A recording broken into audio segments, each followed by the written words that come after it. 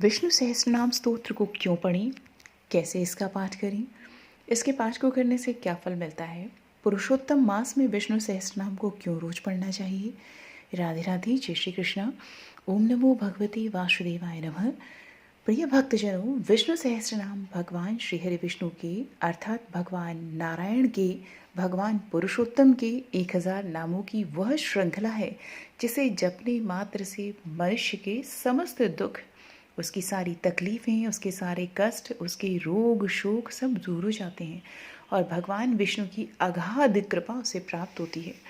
विष्णु सहस्त्रनाम का जाप करने में कोई ज़्यादा नियम या विधि नहीं है, लेकिन उसके लिए मन में श्रद्धा और विश्वास जो है वो अटूट होना चाहिए, प्रेम का भाव होना चाहिए, भगवान के प्रति गहरी आस्था और विश्वास होना चाहिए।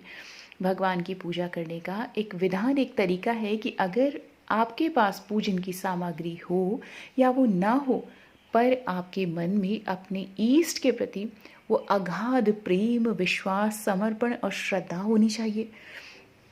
ठीक उसी प्रकार विष्णु सहस्त्रनाम का पाठ करते समय आपके हृदय में भगवान श्री हरि विष्णु, भगवान नारायण के प्रति पूर्ण प्रेम, श्रद्धा, विश्वास और पूरी तरह से समर्पित होने का भाव होना अति आवश्यक है।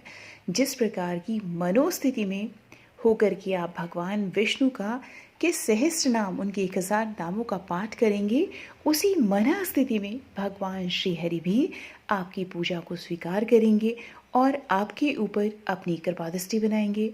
भगवान के सहस्त्र नामों का पाठ करने की जो महिमा है वो तो अगाध है, अनंत है।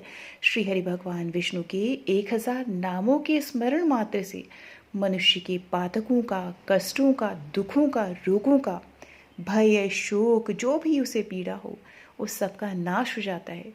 सारी नकारात्मक शक्तियाँ निष्क्रिय हो जाती हैं।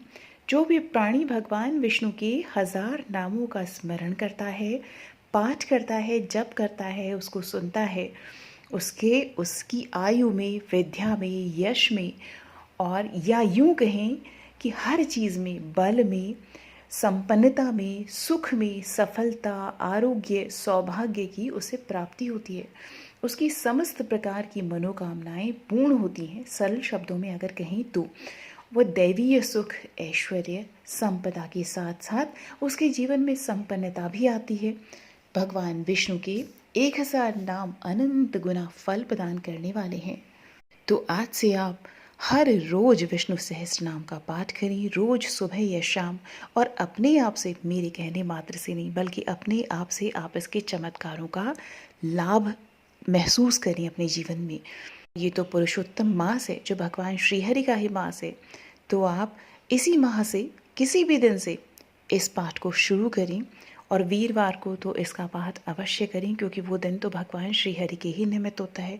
विष्णु सहस्त्रनाम का पाठ अगर आपको करना नहीं आता, क्योंकि वो संस्कृत में है, तो आप इसे सुन सकते हैं। आप YouTube चैनल पे चलाएं और आप इसको सुन सकते हैं। सुबह शाम चला दें, सुनने के लिए कोई विशेष नियम नहीं होते हैं और आप इसे सुन करके सीख भी सकते हैं। हाँ, लेकिन जब आप इसे पूजा में पढ़ें उस समय आपको नहा धो करके शुद्धिकरण के साथ ही आसन पर बैठ के इसका जो है विष्णु सहस्त्रनाम का पाठ करना चाहिए।